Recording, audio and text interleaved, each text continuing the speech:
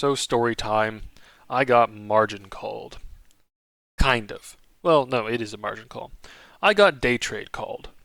So, you know how I was talking about how I was over managing my Google position?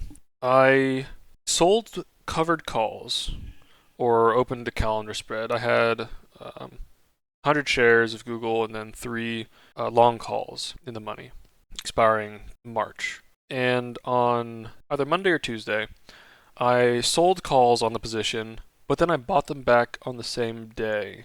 And because I was selling and buying back calls on the same day, even though I had an underlying position, it was treated as using my intraday buying power. And then the following day, I was like, well, why can't I sell calls on my existing position? And I check my account, everything looks okay.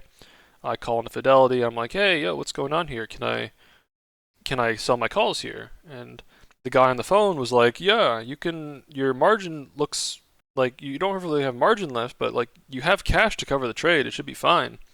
And so he puts in the order for me, and it goes through. And it's like, okay, cool, great, that's awesome. But then the next day, I check, and I'm like, what's going on here? Like I check my balances. It says I have a day trade call for $6,700 in my Roth IRA. And I was like, what is this? I literally called yesterday and they put in a trade for me. They said my account looked fine. So I called in again and they were like, oh, yeah, the guy must have just missed it. I'm like, well, that's strange, but okay. And basically, because of my over managing my positions and not paying attention to my intraday buying power, I had to do a day trade liquidation because I can't deposit into my Roth.